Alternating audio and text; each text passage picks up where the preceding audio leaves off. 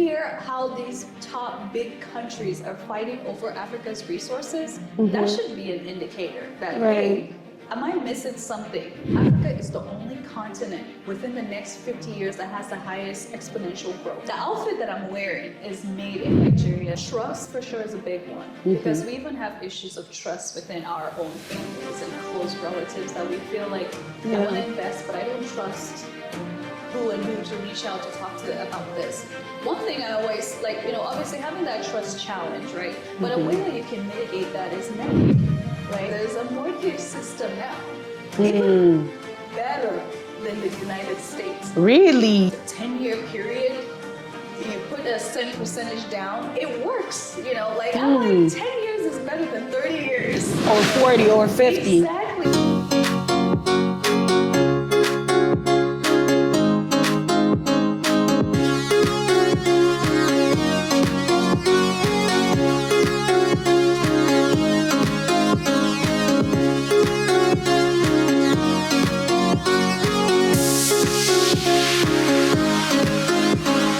Émo Talk Show. Hi, and welcome back to another episode of Émo Talk Show, your platform for all issues impacting Africans in the diaspora. My name is Tulia. If you don't already know that, I hate to say it, but me and you have a problem, because why are you not subscribed? Please, go ahead. It's not that much to ask. Subscribe, like this video, and share it with somebody so that you can watch it with someone else. Today on the episode, we will be talking about something exciting, because I always come over here and I talk about the negative stuff. And sometimes you guys love it and sometimes you hate it. But today I'm gonna talk about something positive. And so I've brought a beautiful guest all the way from Kaduna, Nigeria.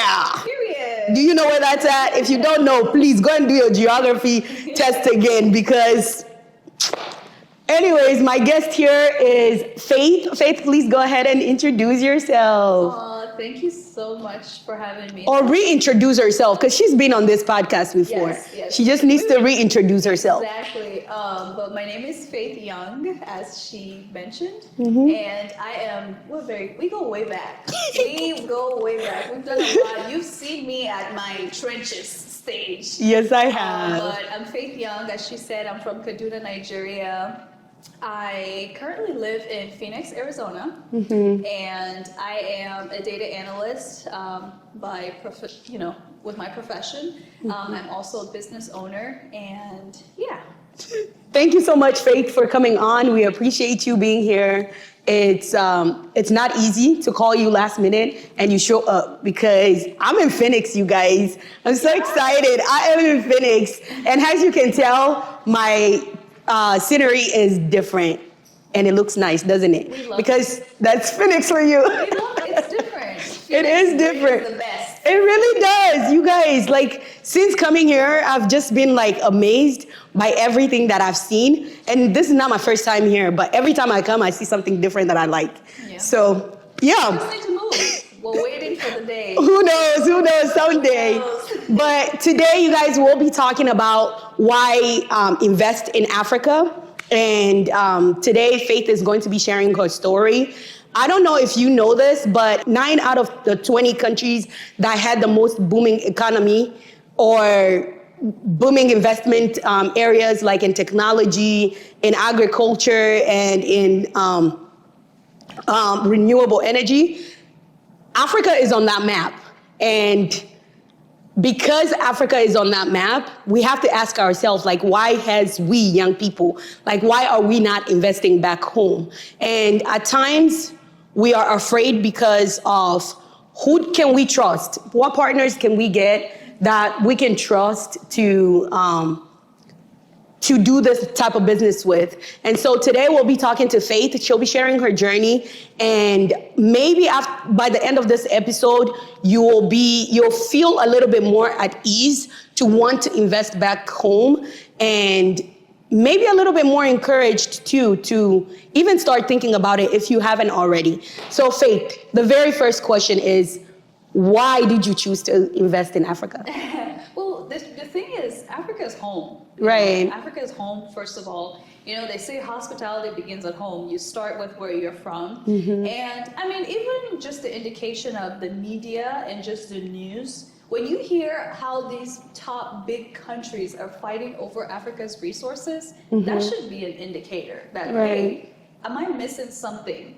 And the thing is, I was born and raised in Nigeria, so I've always known about the potential, and I always stay plugged in. I'm still plugged in about the things going on in Africa, in Nigeria, versus even more so what's going on here in the US where I live, just because I feel I've always been connected, invested, family's still there. And you want to do better. You always want to add value, right? And where's the best place that you can add the most value? And I found it to be back home in Nigeria. So whether it's investing in resources to the country or just investing in people in general, I always find value in those areas. And trust me, some of the most talented people in the world are in Africa today. Not that they're traveling, they're from Africa, they are in the country. The most talented, untapped potential are still there. Still back home. Every single day, every conversation or things that I do, I try to see how we can find those and either offer them opportunities or get to work with them or just even get insight on what's going on back home. And how can you invest as a young person? Because sometimes people think you have to have like millions of dollars, thousands of dollars, millions of naira in your account to do that, but you can start little. So you're saying it is possible to start little. Absolutely. How little are we talking? Because I know just like everybody else that may be watching this, I also struggle with that. In like, where do I start? Because in your head, right, you're thinking big. You're thinking like, I have all these big dreams and I want to achieve them. And the place to do that is back home. But you don't always get to have the big without the little. So how does one begin in that way? The simplest example. Okay. We're both passionate about fashion, how we look, right? The outfit that I'm wearing is made in Nigeria. It's made by a friend, right? And just choosing to work with local fashion designers, choosing to advertise their work on social media and bring in more business, choosing to start just a fashion business without technically being the talent, that is investing in the resources of Africa, right? Like our friend got married, all our dresses were made in Nigeria. All the groomsmen's clothes were made in Nigeria. Those are untapped resources that we had that, typical people would just buy here. I mean, not saying that and it'd be more expensive. It's so much more expensive, but we know that we can get the same value, if not better, in Africa, in Nigeria. Like, you're able to reach material and all. And when you invest, and that is just like the example of investing in people, because these are talents that have been untapped, that their work either hasn't been abroad, international stage, right? This is an opportunity to get their work out there. And from that, we had more referrals, more recommendations. They're like, hey, I have my wedding, I have this program. And also just having the idea of like, hey, not just that I want to start a fashion line, I want to make fashion accessible for everyone. Exactly, accessible for everyone. People don't need to feel like you have to be rich to wear custom clothes. When I go into work in corporate America and I wear some of my pieces, they're like, oh my gosh, where'd you get that from? And I'm like, oh, my friends made them for me. And so that is one way that you're giving them exposure. Exactly. That is one way of investing in the textile industry. Like, you're using African prints, like you're purchasing it, either selling it at a markup price, right? Those are resources going back. And you're really adding value at the greatest length. Because not only are you investing in that one person and like giving them access, you're also giving all these other people access, the manufacturers, everybody. Everyone gets a piece of the cake. And I feel like that's a great way, in your own small way, that you can start to invest. And also, like, it's not just me, right? If I make a piece, I'm like, hey, make me 3. I'll sell it to my friends here because I'm sure they'll be interested in it. Now, that's like food you're putting on someone's table. That's like someone's business that you're able to run because you're that person that's trying to expand it more on a global scale, right? And to add to that, I think something that's important to touch on right there is the fact that, like, now, not only are you adding table to this person's food on this person's table, but you've helped a startup, right? Yeah. You've helped a startup business like get to a length that they wouldn't have been able to. Exactly. But also you have to think about it like my money, that the same amount of money that I could have used here in the States in a well-developed business, Yes. that business is not gonna appreciate what you're doing for them as much as this other Exactly. business. And so I think it's important for us to look at things like that. It may look like it's small to you, but to that person,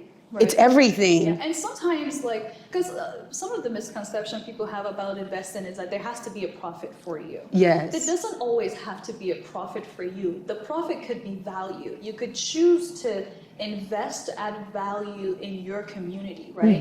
Like, I want to work with local talent that I know that would increase or add value to their standard of living, right? If they're getting customers from the United States, from the United Kingdom, from Germany, from Canada, choosing to use their work, like either getting them to make their outfits or clothes or just expanding their business, now you're not just opening doors for that specific person, but you're starting to teach them how to think on a higher level. How can I scale my business to not just the local market, but international market? Because now they're thinking about logistics. Now they're thinking about taxes and tariffs on shipping and, on those kind of cargo, right? So those are ways that, even if there are ways that you can find profit as an individual investing in little things like that. Yeah.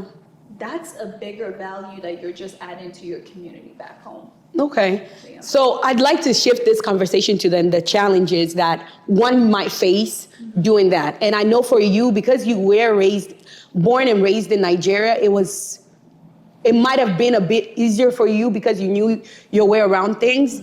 But for someone who maybe has been in the States for, let's say, 20 years, 30 years, and maybe they've been back home just to visit, at a visiting capacity, but now they want to invest. Like, what are some challenges that one might be faced with? Trust for sure is a big one, because we even have issues of trust within our own families and close relatives that we feel like, I want to invest, but I don't trust who to reach out to talk to about this. One thing I always obviously having that trust challenge, right? But a way that you can mitigate that is networking. Right? So you don't need to know someone on a personal level to have a professional relationship with them. A lot of my success in life, I didn't get it from a personal relationship. Definitely not. I went out and networked with people, built relationships outside of my comfort zone, and created those connections and network to be able to grow as an individual. So so you have those issues like, who do I even work with, right? It's as simple as just connecting with people on LinkedIn, on social media. Hey, I see you're Nigerian, you go back home often. What do you do? I'm thinking about doing this. Maybe I might not be the resource directly, but I may know someone. A lot of the people I work with today, they came from referrals, like direct referrals, either from friends or, or just my network in general. The other thing is logistics issues, right? It's in Africa. It's thousands of miles away, right? And we live in a world of Amazon Prime, same-day shipping. I order it online, I get it today. And so now you have those issues where obviously a lot of countries in Africa are developed. They have fine, comfortable shipping process. Right. But it may not reach to the level or scale that you need to build an international business or, pipeline. And so those are the same thing. You build a network. How are these big corporations doing it? Because there are people in the middle of this pipeline that are making it work, right? And I mean, I speak from it because I have a background in supply chain and global logistics. I studied it. That's what you studied, so I know exactly what to do. I know how to start. But for people who don't know how to start, you just research, you just get the information. You don't trust people on the internet, but it's good to build relationship or network with people who know how to and help guide you to do it. But there is always a way. You just have to want to do it, But I've seen online that Blacks in the diaspora, and I'm gonna speak specifically to Blacks in the diaspora. This also applies to white folks, but because this is a podcast by Black people for Black people, I'm gonna just talk about the Black diaspora. There are some people descendants of slaves who frown upon these ideas of us as immigrants coming here and making it, as they might see it, making it where, like for me, I don't think a lot of us make it in this country, but we come, we get the resources, and then we take those resources and we go and invest back home, and they frown upon that idea. What would you say to people like that? Because to me, right, I don't know, but personally, I think these people who have these ideas may just be speaking out of hurt because they don't have a way to do this, right? Or don't feel like they have a way to do it, because they surely can, and they're welcome to do it. But I think that it might just be coming out of hurt. What do you say to that? Yeah, I agree. I think it may be coming from a place of not necessarily like contempt. It's just probably a place of hurt, or just a place of just unawareness, right? Because we have Black folks, African Americans who have returned back to Africa. And are welcomed. And they are thriving, right? Yeah. So I think this podcast is a good way to educate people. Like someone may stump on this video and maybe feeling that way. And like I say, you have to try. You have to put your foot in the water to know if it's hot or cold. Experience it for yourself. And you want to put your money or your resources where you feel adds value. We come into this world, you want to make someone's life better, right? And you only know what you know, right? And for some people, for people like us, I know my home well, better than anywhere else that I've lived in. And I will put my resource there because I feel like that's what I choose to do. Because sometimes it's a choice thing. I can choose to invest in a whole nother country. And that's crazy, Faith. You say that you know your homeland well because you came here as a teenager. Right. And how does that work? I'm a transplant. I never lost that network, right? My mom is home in Nigeria. Yeah. I was just there a few months ago. I'm about to be there again, right? And how it's how the body, the spirit, and the soul is just so deeply connected that no matter where I lived, that's why it's easier for me to move around in the U.S. I can leave this. Because you're not attached. Exactly, I'm not attached to any place. But I am deeply rooted in who I am, in my home, my family, my beliefs. Those are stronghold. And at my core, at my very core, you will. It all stems from where I'm from.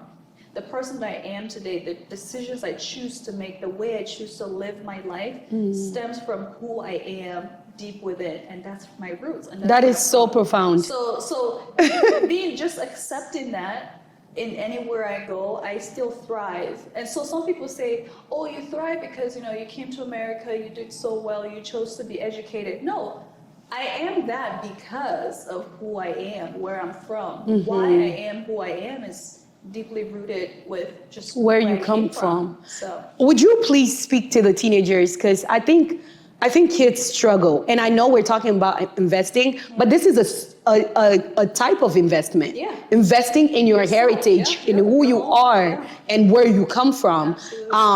Speak to the teenagers who may have come here at age 9, 10, 11, 12, all the way up to 15, and feel a disconnect to who they are and where they come from. Because to me, there is no way to succeed anywhere if you don't know where you come from. Yeah, I was actually gonna I have a friend who, they were born in Nigeria, but they left at a very young age, came to America, lived their whole life. So all they've known is America, right? They're still connected, extended relatives, but not really truly connected. But they have made it an intentional decision as an adult. Hallelujah. To go and still connect. Because our parents do the best that they can in a new environment. With what they have. With what they have. Yeah. So we can't just point the fingers and blame our parents for it, because it gets to a point in your life where you have to take responsibility. Exactly, you get to take that decision.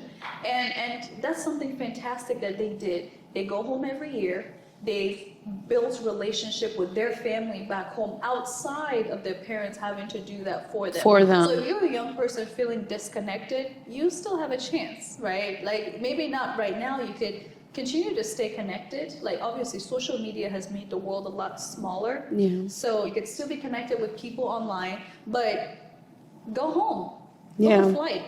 Get a visa, get a passport, go back. Mm-hmm. And just spend a week or two, spend a month. I always tell people, just spend some time at home and experience it for yourself. That's the best way to be connected, is to be there. Yeah. So even if your parents choose to not go back, you have a chance to get on a flight and go back. During my wedding, I had a chance to bring my friends back with me, because no matter how much they experience me here in America, there's nothing that compares to them experiencing my family back home. And so then they get to understand who I am, why I'm the way I am. Why you make the decisions you make. Exactly. So for young people and young teenagers, because it's very tough, especially navigating high school in America, because I did experience that too. And it can be you can feel out of place, because it's like, you know who you are, you're different, but it doesn't blend well with the environment where you are. Trust me, when you get to go back home, it fits like a puzzle. It's like, you just feel like, I'm where I belong. This is where I am. When the sun hits you, when you get out of the plane, you smell the aroma of like home. It's different. It's so different, and you're like, I'm meant to be here. And I get, there's a lot of African See, that's a message to all of us. Yeah, and a lot of African Americans feel the same way too. Because I know I've taken my in-laws go back, and they feel rooted when they're there. So don't. It may feel out of place, but do it anyways. Yeah, just find your community too. Yeah, you know. Yeah, and I think I will speak for the people that like maybe came here and haven't felt like they could go back. For me, I'm a different scenario or a different case, because you came here alone. I came here with my whole family. Yeah. And that's the case for all of you, for a lot of you people out there. But what I do personally is I connect. Yeah. Like I'm that one kid that like, if anybody came out of anywhere to ask me my extended family member, 7 generations down, I'll be able to tell them, because not only did my dad like raise us to love where we come from, he also showed us a way to do that. Absolutely. And so like connecting with extended family members, I know we have this, like, because we're living in an individualistic society, we've become so individualistic, right? Like where we're like, oh, I don't want a lot of people at our house. Yes. I don't want this. But without those people coming to your house, you lose a part of who you are. Recently, my uncle passed, and I got to see my mom's both sides of the family come and just be with us. And we were able to like put names to faces. And it was the most beautiful and genuine thing I've ever seen, because it was just like, wow, like my mom felt home, right? Like she felt like she was home. And we also felt it for her, because it was like, oh damn. So when our parents be trying to tell us these people are important to us, like this is how important they are, they will show up. So if you do have those extended members here, try to reach out. Like don't be a loner. Like you can be a loner and not be a loner. Like you don't have to die in your room alone. Like you can actually connect with people that genuinely love and care for you. Absolutely. But going back, you've talked about how you have invested or have gotten deep into the fashion industry. What about real estate? Because I know that you're doing some of that too. And whenever we talk about real estate, young people say, oh, our parents, that's where all of our parents' money is going. All they do is build back home in a house we'll never live in. We will never go back, but that's all their attention is focused on. Yes, I understand there is a negative side to that, because all of their attention is like on the projects that they have back home, whereas their attention should be here, and they should be fully present here as well. But I understand where they're coming from, and I understand where you're coming from. So can you please speak to that? As a young person doing real estate back home in Africa, how has that felt? How has the process been? What have been the comebacks? How has the reception of that been? Because you are a woman. Right? Investing back home. So back home, they're looking at you like, who is this one? Well, am I coming? But you also did start before you were married. So how was that? It's funny because I do real estate here and As well, real yeah. estate in back home in Nigeria as well. But like it's not rocket science, and I do understand the point to, parents how when they immigrated to America, how they treated that trust situation. You send money to your family, you've been building a home that you've never been in. The kids, you have nothing to show for it. Yeah. Things have changed. I will say that society is a bit more different. There's a lot more. I'm in the space of technology and automation and a more progressive society, and I've tapped into that. Take advantage of it. And with the real estate situation, yes, people think you have to put a huge amount of money down. In Nigeria, there's a mortgage system now, even better than the United States. Really? Yes. Speak on that a little bit. Like I said, I do stay plugged in to things going on, whether it's in real estate, tech, AI, just the market in general. And I'm very plugged into Africa because Africa is the only continent within the next 50 years that has the highest exponential growth. Yeah. So you want to tap into that resource, whether it's in real estate, just people. Better sooner than later too. Exactly. Cinematography, like the market is huge. And I have family back home. And so, when I go home, I try to go home every year. We just talk. I went into a family member's house. I was like, I love your home. Like, how was the whole process of, just buying and everything? They told me about the mortgage process, which they know that I know about mortgage. But when they explain the system that they're adapting in Nigeria, it's great. It's a 10-year period. You put a certain percentage down, it works. I'm like 10 years is better than 30 years. Or 40 or 50. Exactly. And you can even beat the method and actually pay more and finish your, And, I reached out, we communicated, they took me to the developer. They showed me, I had maybe 24 hours before I needed to leave the country. They knew I was leaving, they made it happen. And that's the thing, you just have to ask. Like she said, I'm a woman. I was not in the place to command anybody to do anything for you. But I showed zeal, resilience, and I wanted to do it. And you will find your people. And they knew I was serious because I was like, show me the development. They took me to the estate. It's an estate. I saw the property. I took my sisters with me. I said, hey, they'll come back and pick the property that I decide on. So I had a few options. I told them, walk me through the paperwork. What do I need to do? How much do I need to put down? And what's the plan? How can you work with me? So look, I love Africa. We can negotiate everything. We can buy the property. And I went to the bank, I talked to the director. We started setting up an account for me. I showed them all the documentation I need. I aligned all my ducks. There's no gray area. It was pretty black and white. You apply, you wait, you get approved. You have, people that have to co-sign for you. Situations like that. Everything worked out well. I put the money down. I've been saving since I started college. Right. So that's why I was able to do it. I've been saving for a long time. And I knew, because I told myself this, I said, whatever I invest in, my first investment has to be back home. As little as anything.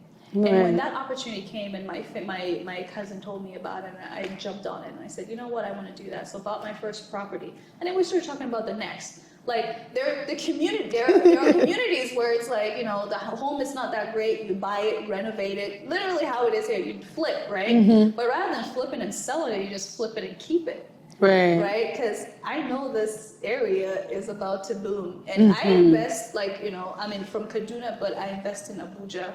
Abuja is the capital of Nigeria. Right. And the capital is not changing anytime soon. No. So deciding to do that, knowing the areas that's growing and choosing to put your money where your mouth is. So that's something I've done. In America, it's a little bit different. Hey, I don't have that much money down. What are the different options I can get into real estate? And then we started to explore that. And as I got married, my husband, he knows my vision, and we share the same vision and the same alignment on things. And it's we have those conversations of hey, when you start thinking about family, what makes sense for Right. us, right? And those are the type of things, because we've started getting plugged in and invested back in Africa, it doesn't seem foreign for us to live there or to be there or to Right. spend more time there. That was gonna be my next question. Yeah. One time I was in a car with one of my uncles, and we're talking about like investing back home, and I told them like my interest of like moving back home, and that I'm gonna struggle a whole lot because I'm yet to be married.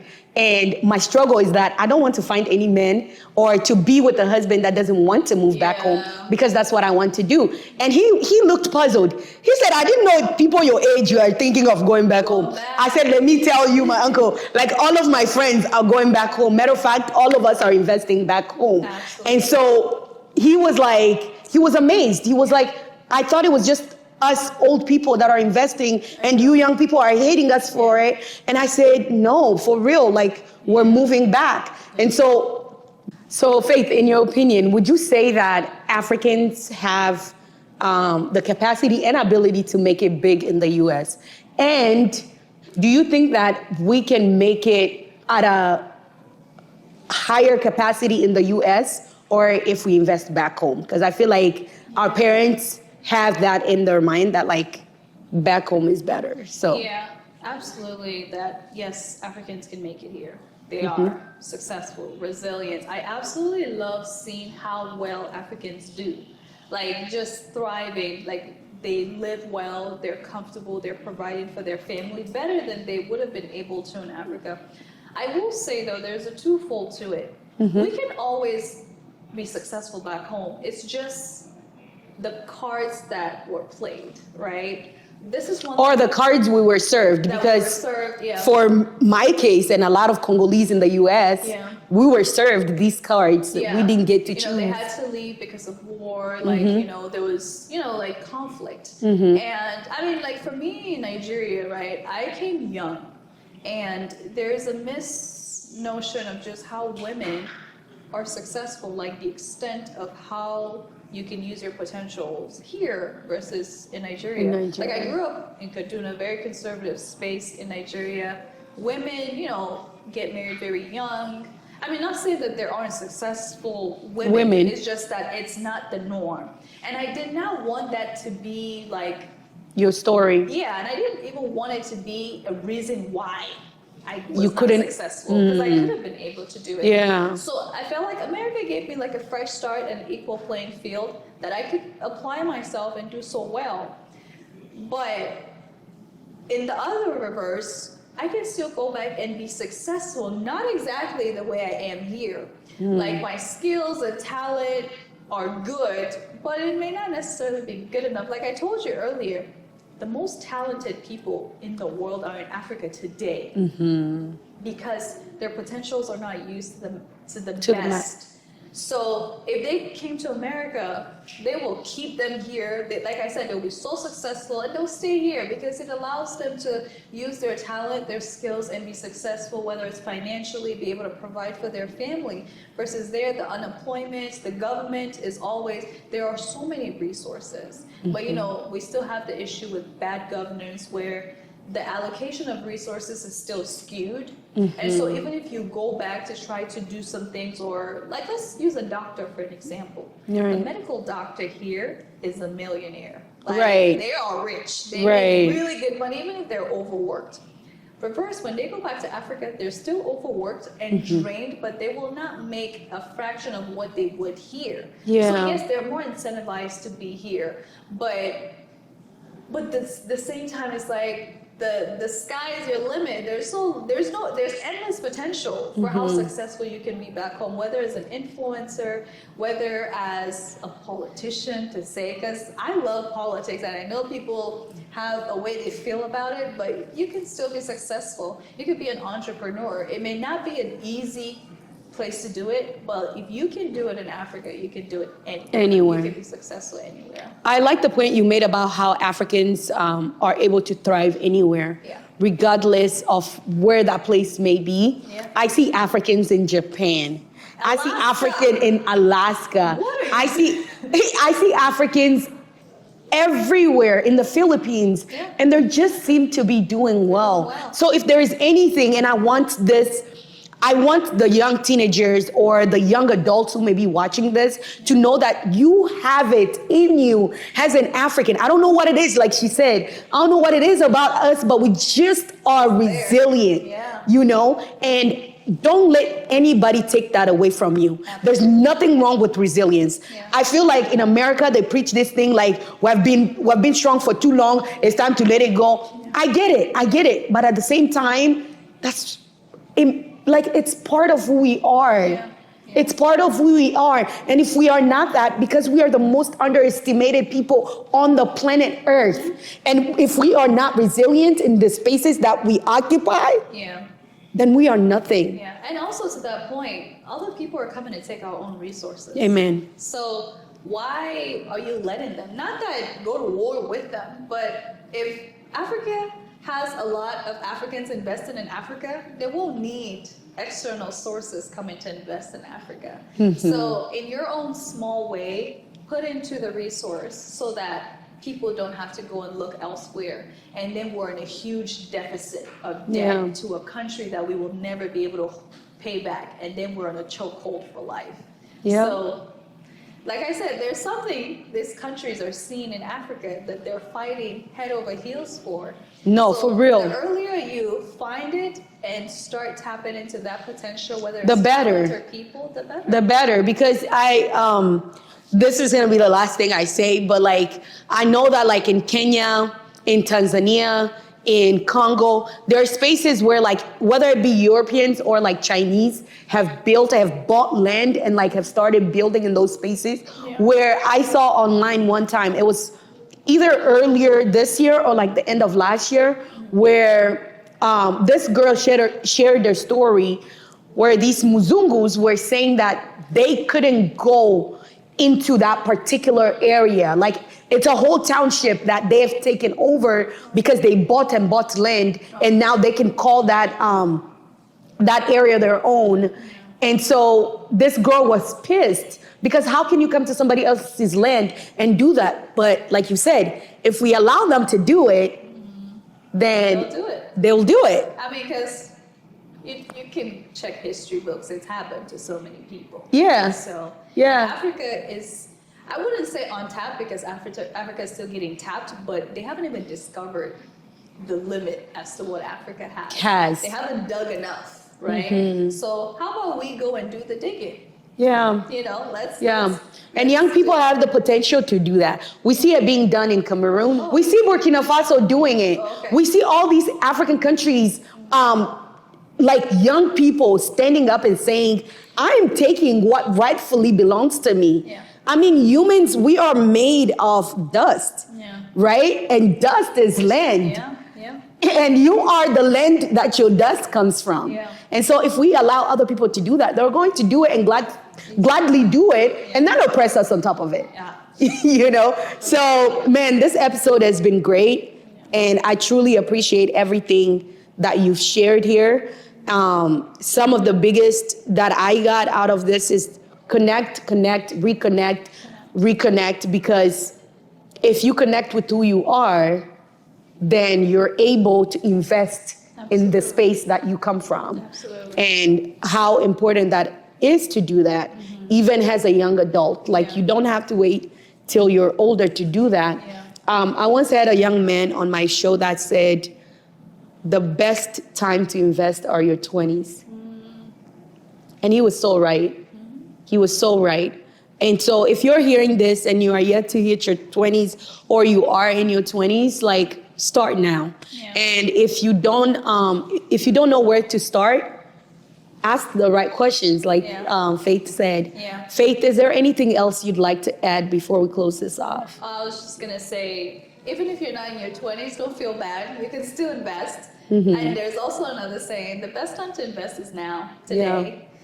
And the worst time to invest is, say you will invest tomorrow. Because tomorrow is not promised. So, and tomorrow will become today. So you might as well be doing it today. So I like that. But yeah, no, I really had a good time talking about this, because not a lot of people get to talk about it and about investing. They think it's for older folks, for boring folks. But you have to invest, even if you fail. even if you fail, investment is a place where you're treading on waters that is not easy. You got to build grit to get through it. For sure. Man, thank you so much for coming. I truly appreciate you. Where can people find you online? What do you do in your online space? You can find me here on YouTube. Faith Zabe. I actually have a YouTube channel where it's a little bit different. I talk about different things, but I talk about relocation as a young person, whether it's Phoenix, Arizona. I talk about travel. I just talk about lifestyle as well. You can find me on LinkedIn. I'm a different personality on LinkedIn.